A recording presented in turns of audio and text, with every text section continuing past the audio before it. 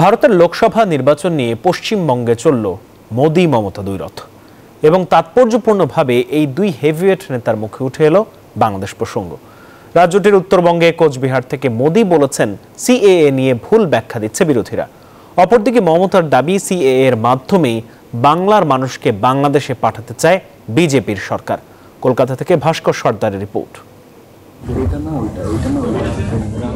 মহান স্বাধীনতা দিবসের উপলক্ষে ডাবলিনের ব্লাঞ্চেস্টাউনের দরবার হলে ইফতার পার্টির আয়োজন করে ডাবলিন আওয়ামী লীগ। অনুষ্ঠানে যোগদান করে আয়ারল্যান্ডের কর্ক, কিলকেনি সহ বিভিন্ন কাউন্টি থেকে আসা প্রবাসী কমিউনিটির নেতৃবৃন্দরা। এই ঈদে দেশ জুড়ে কেনাকাটার ফুর্তি হবে শুধু বিকাশে, সাথে ডিসকাউন্ট কুপন, ইনস্ট্যান্ট ক্যাশব্যাক। गरीब को उसका हक भी दिया। বৃহস্পতিবার রাজ্যের উত্তরবঙ্গের কোচবিহারে জনসভা করেন নরেন্দ্র মোদী। এই নিয়ে পঞ্চমবার বাংলায় জনসভা করলেন তিনি। সেখানে উঠে এলো তার মুখে বাংলাদেশ প্রসঙ্গ। এদিন তিনি বলেছেন, বাংলাদেশের সাথে ব্যবসা বাণিজ্যর পাশাপাশি দুই দেশের মানুষ যাতে অতি সহজেই যাতায়াত করতে পারেন, এর জন্য নিরন্তর প্রচেষ্টা চালিয়ে যাচ্ছি। কিন্তু রাজ্যের বিরোধীরা মানুষকে ভুল বোঝাচ্ছে। बांग्लादेश के साथ व्यापार कारोबार करना आसान हो, कानूनी तरीके से वहां आना जाना आसान हो, इसके लिए हम निरंतर प्रयास कर रहे हैं। ক্ষুদ্র এবং মতুয়া সম্প্রদায়কে নাগরিকত্ব দেবই, এটা মোদির গ্যারেন্টি।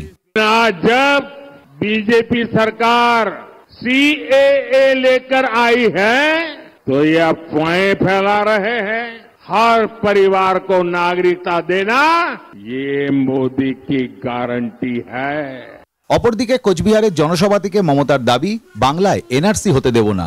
এনআরসি হবে না, নিশ্চিত থাকুন। হিন্দু, মুসলিম, শিখ, ইসাই, রাজবংশী থেকে শুরু করে আদিবাসী নিশ্চিন্তে থাকুন।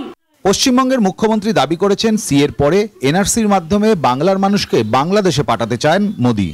বাংলাদেশে তাদের জন্ম সার্টিফিকেট নিয়ে আসতে হবে, আর যখনই আপনি নাম লেখালেন সঙ্গে সঙ্গে আপনি বাংলাদেশি হয়ে গেলেন। অর্থাৎ আপনার নাগরিক অধিকার থাকবে না, আপনার সরকারি অধিকার থাকবে না। এটা ভালো না খারাপ নিজেরা বুঝে নিন। প্রথম ধাপে উত্তরবঙ্গের 3 কেন্দ্রে ভোট। 19 এপ্রিল আলিপুরদুয়ার, জলপাইগুড়ি এবং কোচবিহারে ভোট। আর সেই ভোটের ভারতে বাংলার ভোট প্রচারে আরও একবার মোদি মমতার সম্মুখ সমরে উঠে এলো বাংলাদেশ প্রসঙ্গ। ভাস্কর সর্দার, নিউজ 24, কলকাতা।